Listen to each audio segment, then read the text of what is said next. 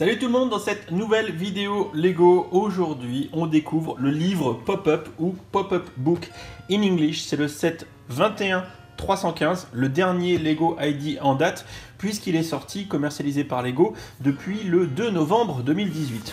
Si on tourne la boîte, vous allez un peu mieux comprendre le concept. Alors c'est juste exceptionnel, hein. Si vous n'êtes pas familiarisé de la gamme Lego ID, si vous ne suivez pas trop l'actualité, vraiment ça, ce dernier truc, ça fait partie de... Franchement, ce qui se fait de mieux en Lego. Voilà, je suis en train de déjà donner mon avis avant même que la vidéo commence. Donc tout ça pour dire que c'est un set qui a été proposé sur la plateforme Lego ID, hein, qui est la pseudo-plateforme collaborative participative de Lego, c'est-à-dire vous proposez une boîte, une création, si ça atteint 10 votes, Lego regarde si ça vaut le coup de la commercialiser ou pas. Bon, ce qui a été le cas pour cette boîte-ci qui a été proposée par JK Brickworks, JK Brickworks in French, qui je pense... Et à l'heure actuelle, le créateur Lego, c'est un mec perso, hein, c'est un anonyme comme nous, hein, c'est juste un mec qui est un génie du Lego animé ou des Lego en mouvement. Je vous mettrai des séquences de ce qu'il fait, vous allez voir, c'est juste un génie. Bref, dans ce livre Pop-Up, il nous propose deux choses. Donc un livre, hein, vous avez vu la couverture. Hop, voilà, ici, Once Upon a Brick, en plus c'est super bien trouvé. Et je vais vous donner le mal de mer. Et en fait, on aura deux versions du livre, à savoir le petit chaperon rouge ou Jack et le haricot magique. Donc, ce que je vous propose, avant qu'on rentre un peu plus dans les détails de cette boîte, c'est on va l'ouvrir, on va monter et on va regarder tout ça un petit peu plus dans le détail. Comme d'habitude, c'est parti!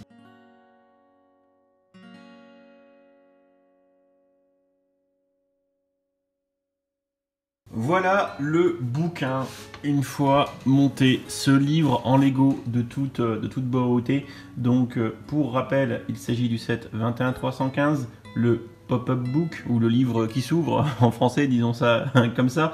C'est un set qui est donc sorti le 2 novembre 2018, donc ça fait pas très longtemps. Il est vendu 69,99 € sur le shop Lego pour 859 pièces, qui fait un prix à la pièce de 0,08 €. C'est pas cher, voilà, sachant que c'est le dernier. Alors au moment où vous visionnez cette vidéo, début 2019, c'est le dernier Lego ID sorti commercialisé, sachant qu'il y en a déjà qui vont arriver en 2019, il y a la nouvelle fournée qui va pas tarder, mais à l'état actuel des choses, c'est The Last One. Donc on commence tout d'abord par faire le tour de la bête, et faut dire que c'est magnifique. Déjà on a un choix de couleur qui est très intéressant, avec le dark green, hein, cette espèce de vert foncé, et le marron, qui sont vraiment très intéressants. Et tout de suite, bon, on a quand même du coup un petit peu l'impression effectivement d'avoir un livre dans les mains. D'ailleurs, en termes d'échelle, on est pas mal. On a un gros bouquin, un petit pavé in the mimine, c'est à la bonne échelle, et ça c'est intéressant. On nous a pas fait un petit bouquin de poche, on nous a fait un bon gros roman des familles, et comme indiqué sur cette grosse plaque qui fait d'ailleurs partie des pièces exclusives du set, la Once Upon a Brick, bah, ça, on se croirait un petit peu chez Disney, avec un petit conte de fées qui pourrait se trouver à l'intérieur. Bon, sans trop spoil, on va l'ouvrir et on va voir que, en parlant de conte de fées, on n'est pas très loin de la vérité. Néanmoins, quand même déjà, rien que d'extérieur, c'est quand même très sympathique. Alors vous m'excuserez les grosses tasses de paluche, parce que quand même, on voit bien, surtout à l'arrière, il doit y avoir mes grosses traces de doigts, c'est plus très propre. Voilà, on voit un petit peu les traces de graillons. Les pièces un peu brillantes comme ça ont tendance un petit peu à se salir et à laisser des marques. Mais un petit coup de lingette ou d'éponge, et ça repart. Pour profiter pleinement de l'effet du Pop-Up Book, bah, il faut se mettre comme ça un petit peu à l'horizontale, à ras, et on va admirer, je vais vous laisser admirer la cinématique, le mécanisme, l'ouverture de toute beauté. Vous savez déjà que c'est toute beauté, mais c'est vraiment très sympa. Donc je vais éviter de vous gâcher le spectacle au maximum, et vous allez voir un petit peu comment ça se passe.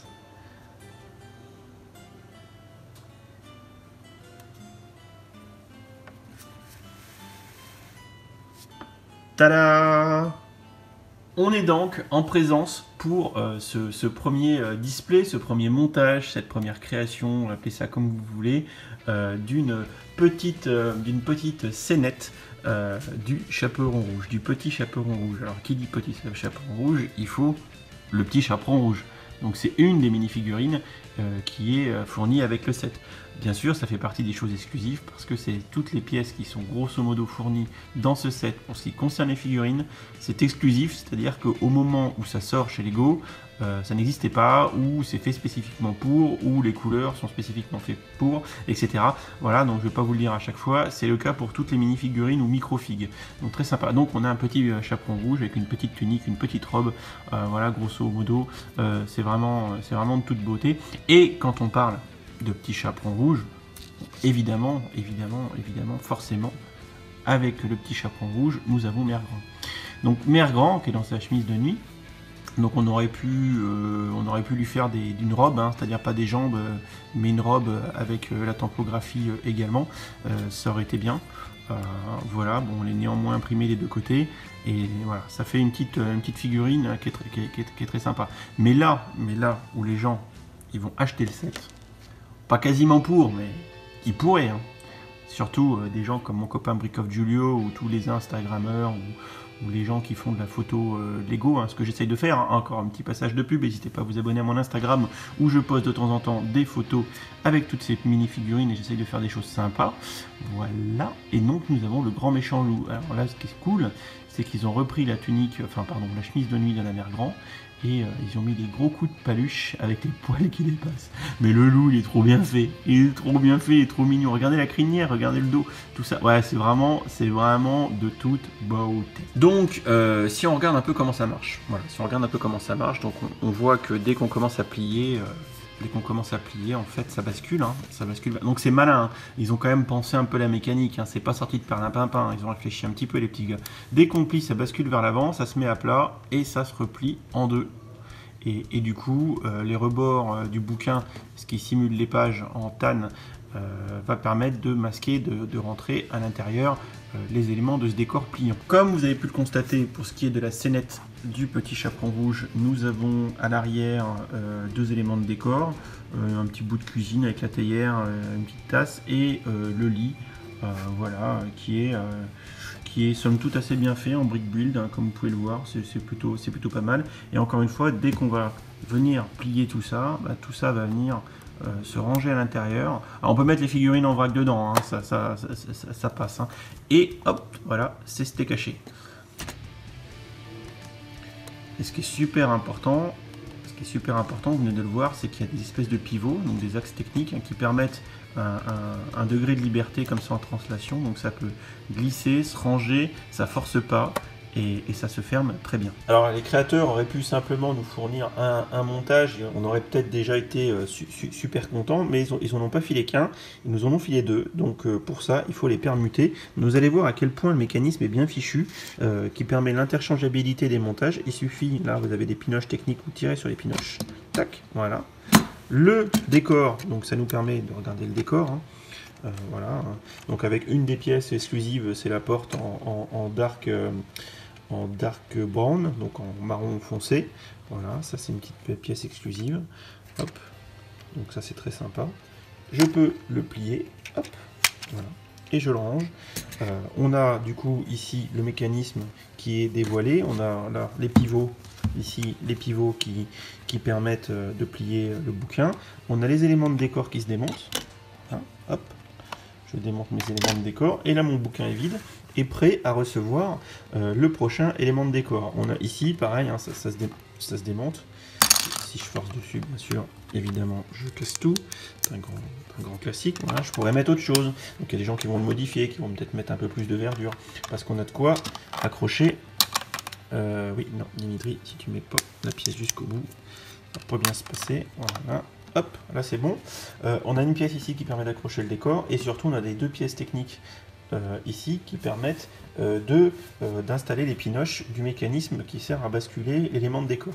Ici pareil, on a une pièce d'une brique de 4 par 1 avec des studs sur les côtés qui permet de mettre les éléments de décor qui sont en fond derrière la scénette. Pour reparler un petit peu de pièces exclusives ou tout du moins sorties pour ce set, on a les briques de 1 par 12 hein, qui sont ici, hein, les grandes briques en vert foncé qui n'existait pas en vert foncé.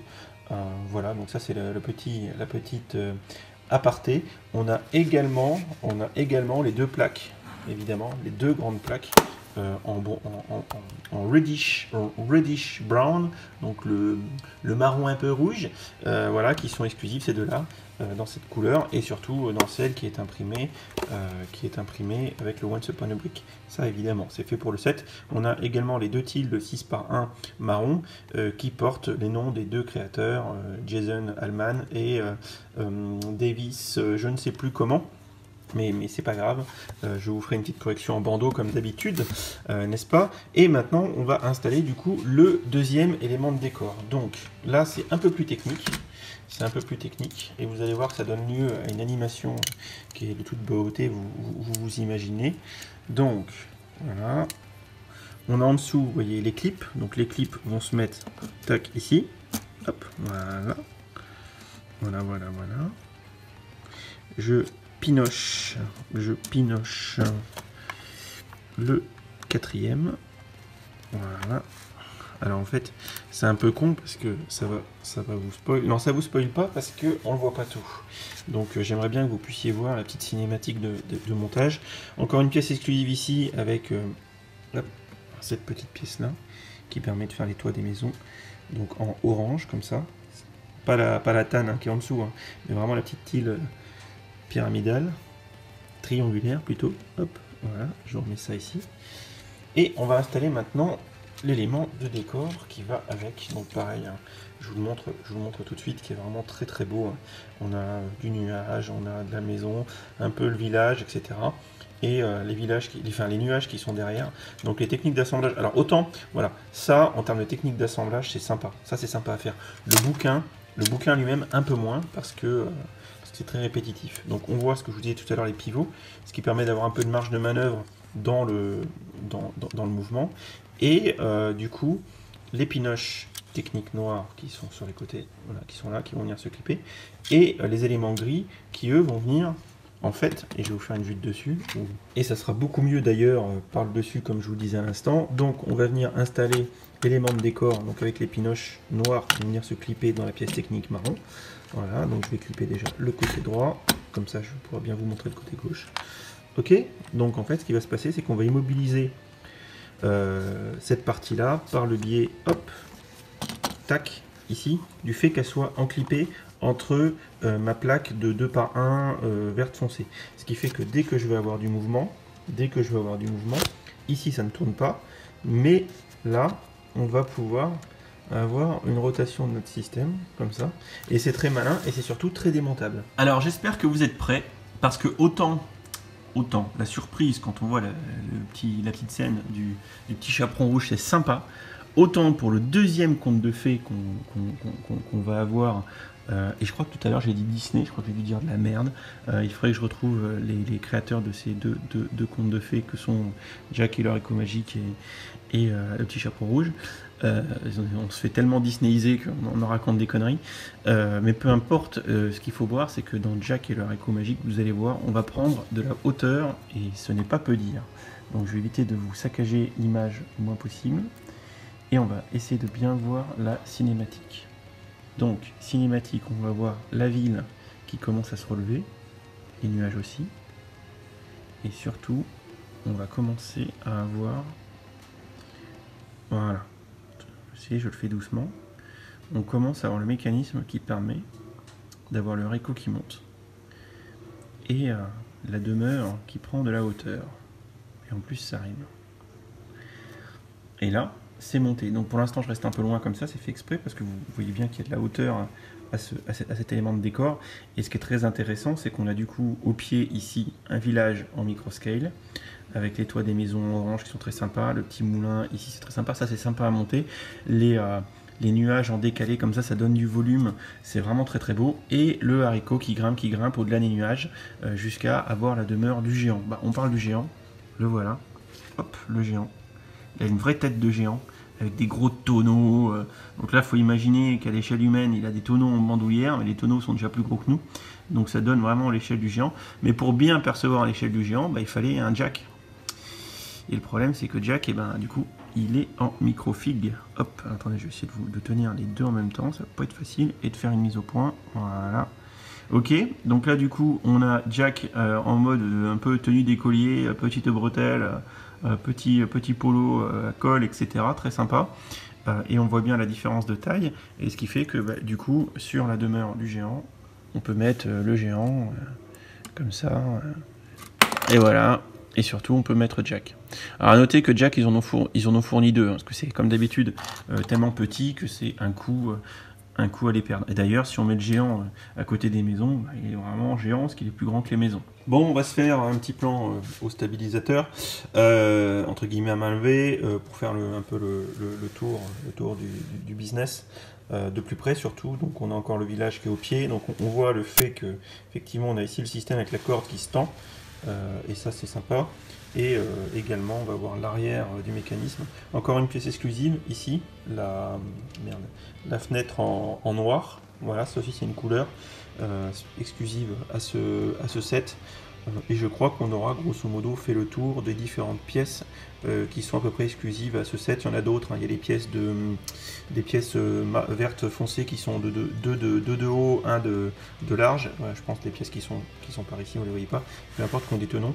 Voilà, bon, ça ne présente pas un intérêt, majeur. Voilà, donc là au moins ça vous permet d'avoir un petit tour du propriétaire. On va voir aussi un peu la cinématique de fermeture, vous voyez un petit peu comment ça fonctionne. Tout est toujours avec le câble qui est au fond. Et pareil, hop, décompli, hop, tout ça rentre à la maison tranquillement et bim, c'est fermé et on n'en parle plus. Donc au final, moi, mon avis sur ce set, alors vous voyez, en fait, voilà, mon avis, je vais commencer par ça. C'est très bien que je suis en train de finir à côté. Donc là, il y a les petites tartes que je vous ai pas montré qui sont dans le panier, les petits chapons rouges et les figues. Alors, ce qu'on va aborder là tout de suite, que je range, voilà. Bon, je galère un peu parce que pour ceux qui comprennent pas, je filme avec la main droite, voilà, et du coup si, voilà, c'est pas facile. Ce que je voulais dire, c'est que le premier problème, c'est que une fois qu'on a monté une config, donc ici Jack et le haricot magique, et bien il nous reste sur les bras les pièces du petit chaperon rouge, ce qui fait qu'à ranger c'est pas facile. Et ceci dit, j'ai pas essayé, mais on peut essayer. Écoutez, on va essayer en live. Je vais déjà démonter, hop, là, ça, je vais démonter, hop, ça, et je vais essayer, enfin, je pense qu'il y en a peut-être qui auront compris, je vais essayer de tout ranger dedans.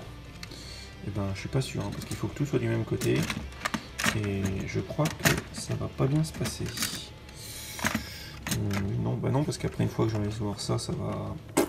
Ouais, non, ça marche pas. Enfin, je pense que ça va pas marcher. Si vous avez des meilleures idées que moi, si vous êtes plus habile, vous me direz. Mais tout ça pour dire qu'on a un problème de rangement. C'est-à-dire que je vais quand même pouvoir mettre, à mon avis, Jack et le haricot magique, toutes les figurines. Ça, à mon avis, je pense que c'est possible. Vraiment en étant bien énervé. Je suis en train de reconnecter, hop, voilà, le décor. C'est-à-dire que je peux, à mon avis, mettre les figues. Et encore, il faut pas que les figues touchent le décor, parce que quand ça va plier comme ce que je suis en train de faire là, hop, ça va pas bien se passer. Et là, si je fais ça, je vais tout péter. Donc c'est pas une bonne idée. Donc on va avoir un problème de rangement avec ce set, je pense. C'est-à-dire qu'il faut laisser à côté les pièces détachées. Et je vous avoue que bon, je trouve pas ça super ergonomique. Mais bon, c'est aussi lié aux contraintes de conception de cette boîte Lego. Donc voilà, à mon sens, on va dire le premier vrai point noir de ce set, est certainement l'unique. Avec un autre truc, il faut être honnête, le montage, encore une fois j'ai dû en parler tout à l'heure, le montage en lui-même du set ne présente pas un intérêt énorme, surtout pour la partie bouquin. La partie bouquin, c'est de l'empilage de briques, mais pur et dur.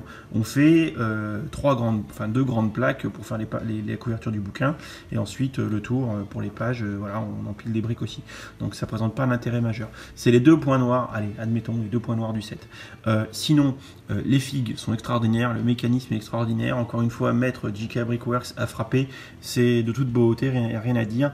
Et là, la gamme Lego ID prend tout son intérêt par la mise en commercialisation de sets innovants, de choses innovantes que Lego n'aurait pas forcément faites si ils n'avaient pas été piochés sur Lego ID. Donc pour ça, moi je dis chapeau.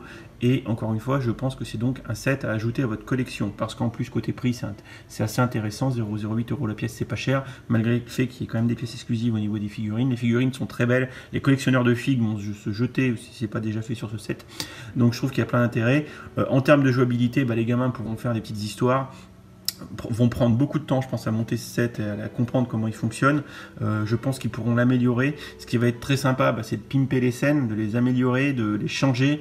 Donc je pense qu'il y a un niveau de rejouabilité qui est assez élevé et il y a quand même de la place pour mettre des scènes un peu plus grandes, donc il y a de quoi faire et je pense que de ce point de vue là les gamins seront ravis. Le collectionneur quant à lui aura un bel objet de collection, c'est un Lego ID. Il y a des gens comme moi qui essayent de faire tous les Lego ID, enfin même si je suis très en retard, et les gens qui aiment cette collection un petit peu haut de gamme, donc voilà, pour moi aussi bien le stick d'enfant pour jouer que le collectionneur y trouveront, ou le collectionneur de figues, ils trouveront tous un intérêt. Donc clairement vous avez compris ma position sur ce set, il faut acheter, ça vaut vraiment le coup, on se trompe pas en achetant ce pop-up book.